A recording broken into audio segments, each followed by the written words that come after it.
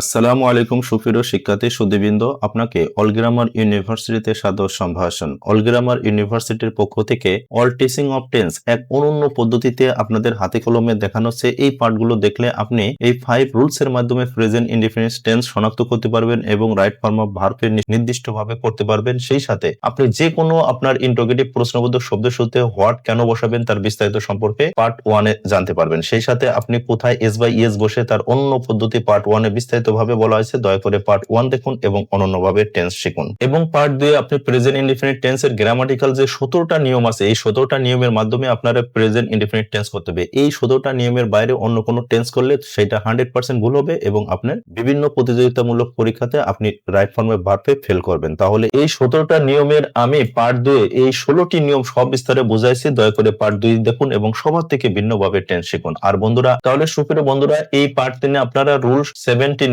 এমন 10টি ওয়ার্ড জানা মানে হলো প্রেজেন্ট ইনডিফিনিট টেন্স জানবেন। তার মানে এই পার্ট 3 এমন 10টি ওয়ার্ড আমি আপনাদেরকে দেখাবো, যে ওয়ার্ড দেখলে আপনার যে কোনো টেন্স হোক না কেন আপনাকে 100% আপনাকে এই প্রেজেন্ট ইনডিফিনিট টেন্সে রূপান্তর করতে হবে বা প্রেজেন্ট ইনডিফিনিট টেন্স করতে হবে। তাই ছাড়া অন্য কোনো টেন্স করলে 100% ভুল হবে। তাহলে আপনার রাইট ফর্ম অফ ভার্ব এবং যে কোনো পরীক্ষাতে আপনার এই 10টা ওয়ার্ড অবশ্যই জানা উচিত। তাহলে আমি এক এক করে বলছি, ধৈর্য ধরে সব ওয়ার্ডগুলো একটু দেখুন। তাহলে বন্ধুরা, প্রেজেন্ট ইনডিফিনিট টেন্স শনাক্ত করার জন্য যে 10টি ওয়ার্ড আপনাকে অবশ্যই জানতে হবে তার আমি শেষ থেকে বলছি। দেখুন 10 নম্বরে বলা আছে ইউজ অফ জেনারেলি। তার মানে যে কোনো সেন্টেন্সের ভিতরে যদি এই জেনারেলি শব্দটা দেখেন 100% আপনার এই সেন্টেন্সটা প্রেজেন্ট ইনডিফিনিট টেন্স করতে হবে। অন্য কোনো টেন্স করলে সেটা 100% ভুল হবে। তাহলে দেখুন এই জোড়ার ভিতর ইনকারেক্ট কারেক্ট দেখানো হয়েছে, এই জোড়ার ভিতর ইনকারেক্ট কারেক্ট দেখানো হয়েছে, এই জোড়ার ভিতর ইনকারেক্ট কারেক্ট দেখানো হয়েছে। তাহলে এখানে লক্ষ্য করুন generally the weather was mild in spring. তাহলে এইটা 100% দেখুন এই যে ওয়াজ আছে, ওয়াজ থাকার মানে হলো এটা পাস্ট টেন্সে ব্যবহার করা হয়েছে। এই কারণে এটা 100% ইনকারেক্ট হবে, কারণ এই জেনারেলি থাকলে আপনার 100% করতে হবে কি টেন্সে, প্রেজেন্ট টেন্সে করতে হবে। তার মানে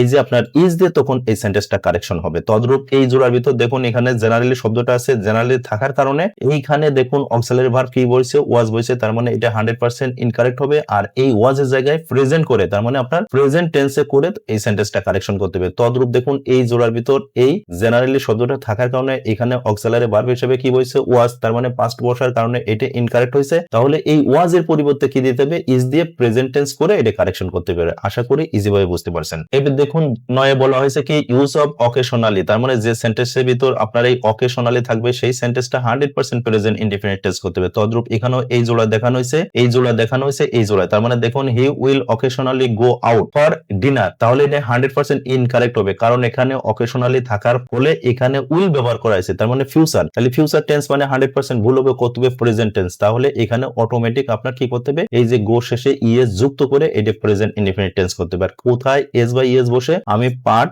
1 এ সুন্দর করে বুঝাইছি। দয়া করে পার্ট 1 দেখুন এবং কোন টেন্সে পৃথিবী একটা মাত্র টেন্স আছে প্রেজেন্ট ইনডিফিনিট টেন্স যার শেষে এস বাই ইএস বসে। তাহলে পার্ট 2 দেখুন এবং অনন্যভাবে শিখুন। তদ্রূপ বন্ধুরা দেখুন এই জোড়ার ভিতর এই অকেশনালি থাকার কারণে এইটা ভিজিটেড অর্থাৎ কি ফর্ম করা আছে, V2। তার মানে পাস্ট করা আছে, এটা 100% ভুল হবে। এই ভিজিটেডের জায়গায় ভিজিট করতে হবে, প্রেজেন্ট ইনডিফিনিট টেন্স করে এটা কারেকশন করতে হবে। তদ্রূপ এই জোড়ার ভিতর দেখুন এখানে অকেশনালি থাকার ফলে এখানে হ্যাড দিয়ে আপনার পাস্ট পারফেক্ট টেন্স করা হয়েছে। তার মানে এটা 100% আপনার কি হবে, ভুল হবে। এইবার দেখুন এই অকেশনালি থাকার কারণে আপনাকে এখানে ট্রিট অর্থাৎ প্রেজেন্ট ইনডিফিনিট টেন্স করতে হবে। তার মানে এটা V2 আর এটা হলো 1। তাহলে আপনাকে এইভাবে কারেকশন করতে হবে। এবার বন্ধুরা আর দেখুন বলা হয়েছে ইউজ অফ নরমালি। তার মানে যে কোনো সেন্টেন্সের ভিতরে এই নরমালি শব্দটা থাকলে এই সেন্টেন্সটা 100% প্রেজেন্ট ইনডিফিনিট টেন্স হবে। এখানেও এক জোড়া এক জোড়া এক জোড়া দেখানো হয়েছে। তাহলে দেখুন এখানে নরমালি থাকার কারণে এখানে উইল আছে, উইল থাকলে 100% ফিউচার ইনডিফিনিট টেন্স। তাহলে এটা 100% ভুল আছে, এটাকে আপনার প্রেজেন্ট করতে হবে। তাহলে এই যে গো আছে, গো শেষে ইএস যুক্ত করতে হবে। ইএস কেন দিতে হবে, কারণ এটা থার্ড পারসন সিঙ্গুলার নাম্বার হওয়ার কারণে ইএস যুক্ত করে প্রেজেন্ট ইনডিফিনিট টেন্সের কারেকশন করতে হবে। তদ্রূপ আপনি এই জোড়ায় দেখুন, এই জোড়ায় এই নরমালি থাকার কারণে এখানে হ্যাভ আর এখানে V3 আছে। তার মানে প্রেজেন্ট পারফেক্ট টেন্স ব্যবহার আছে, এই কারণে এটা 100% ভুল হবে। এটা করতে হবে কোন টেন্সে, প্রেজেন্ট ইনডিফিনিট টেন্স। তাহলে এই যে আপনার টেকেন কে টেক করে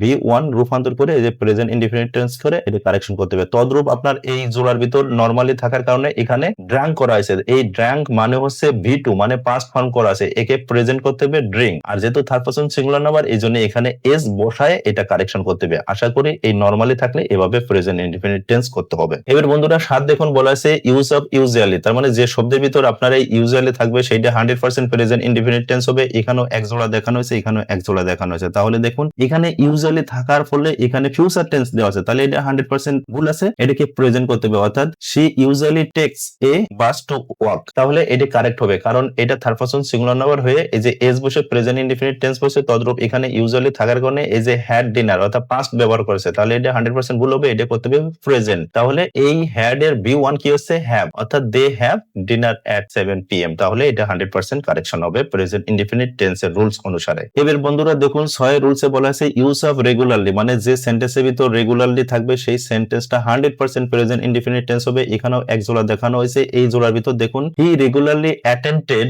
ইগো ক্লাসেস, তাহলে এটা 100% ভুল হবে। কি জন্য এখানে অ্যাটেন্ডেড করা হয়েছে মানে পাস্ট করা হয়েছে, তাহলে এটা 100% ভুল। এর প্রেজেন্ট করতে হবে অ্যাটেন্ডস, তার মানে থার্ড পারসন সিঙ্গুলার নাম্বার আছে, এই কারণে এর যুক্ত করে প্রেজেন্ট করতে হবে। তদ্রূপ এই জোড়ার ভিতর এই যে রেগুলারলি থাকার কারণে এখানে মেট ব্যবহার হয়েছে, মেট মানে আপনার এই V2 মানে হলো পাস্ট, তাহলে এই মেটের প্রেজেন্ট হচ্ছে মিট, মিট দিয়ে এটা প্রেজেন্ট ইনডিফিনিট টেন্স করে কারেকশন করতে হবে। তদ্রূপ এই জোড়ার ভিতর দেখুন হি টেক্সট দিস ইমেইল অর্থাৎ রেগুলারলি, তাহলে এই যে টেক্সট শেষে ইডি যুক্ত আছে, ইডি হওয়ার কারণে এটা হচ্ছে V2, এর ইডি বাদ দিয়ে প্রেজেন্ট করলে হি টেক্সট হিজ মেইল রেগুলারলি, তাহলে এটা প্রেজেন্ট ইনডিফিনিট টেন্স হবে। আশা করি এটা খুব ইজি ভাবে বুঝতে পারছেন। এবার বন্ধুরা রুলস 5 দেখুন বলা আছে ইউজ অফ ডেইলি, তার মানে যে সেন্টেন্সের ভিতর আপনি ডেইলি দেখবেন এই সেন্টেন্সটা 100% প্রেজেন্ট ইনডিফিনিট টেন্স করতে হবে। এই জোড়ার ভিতরে লক্ষ্য করুন he has water the plant daily, তার মানে সে প্রতিদিন বৃক্ষে পানি দেয়, তাহলে এই দেখুন হ্যাজ ওয়াটার এটি প্রেজেন্ট পারফেক্ট টেন্সে ব্যবহার হয়েছে, এটি করতে হবে প্রেজেন্ট ইনডিফিনিট টেন্সে he waters the plant daily, তাহলে এটা কারেকশন হবে। তদ্রূপ দেখুন এই জোড়ার ভিতর বলা আছে the news paper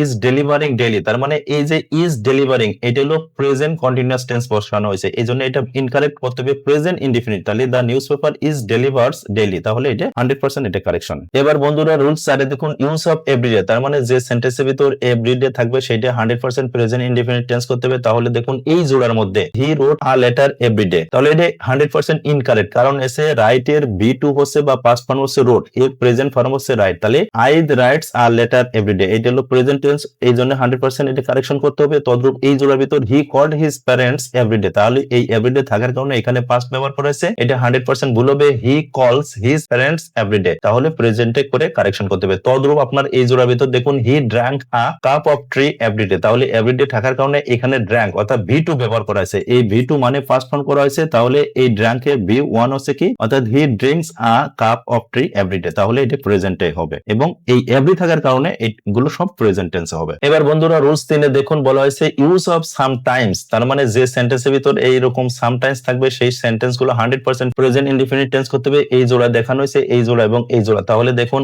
Alia sometimes forget to lock the room, তাহলে এটা 100% ইনকারেক্ট হবে কারণ এখানে ফর গট ব্যবহার হয়েছে, তার মানে V2 ফর এই V2 এর প্রেজেন্ট ফর্ম হচ্ছে ফর গেটস, তাহলে এই প্রেজেন্ট করে এটা কারেকশন করতে হবে। তদ্রূপ দেখুন এই জোড়ার ভিতর কি আছে রোট লেখা আছে, তার মানে এটা V2 আছে মানে ফার্স্ট ফর্ম লেখা আছে, এই রোটের প্রেজেন্ট ফর্ম হচ্ছে রাইট, এটা রাইট করে প্রেজেন্ট ফর্মে টেন্স করতে হবে। তারপরে এই জোড়ার ভিতর দেখুন হি হ্যাড ড্রন, এখানে আপনার পাস্ট পারফেক্ট টেন্স ব্যবহার আছে, তাহলে এটা 100% ভুল হবে, এটা সঠিক করতে গেলে আপনার প্রেজেন্ট ইনডিফিনিট টেন্স করতে হবে, তার মানে অর্থাৎ হি ড্রস আ পিকচার, তাহলে প্রেজেন্ট হয়ে এটা কারেকশন হলো। তাহলে বন্ধুরা এই দুই লক্ষ্য করুন ইউজ অফ ওপেন, তার মানে যে সেন্টেন্সের ভিতর আপনি এরকম ওপেন দেখবেন সেই সেন্টেন্সটা 100% প্রেজেন্ট ইনডিফিনিট টেন্স হবে। তাহলে এই জোড়ার ভিতর ভুল আছে কি দেখুন Ali will open come home, তাহলে এটা 100% ইনকারেক্ট হবে, কি জন্য এখানে উইল ব্যবহার হয়েছে আর উইল বসে কি টেন্সে ফিউচার টেন্সে, তাহলে উইল বাদ দিয়ে আপনার লিখতে হবে কি আলী ওপেন কামস হোম, তাহলে এটি প্রেজেন্ট করে কারেকশন করতে হবে। তদ্রূপ আপনার এই জোড়ার ভিতর ওয়াজ কথাটা আছে, তার মানে পাস্ট আছে, আবার এখানে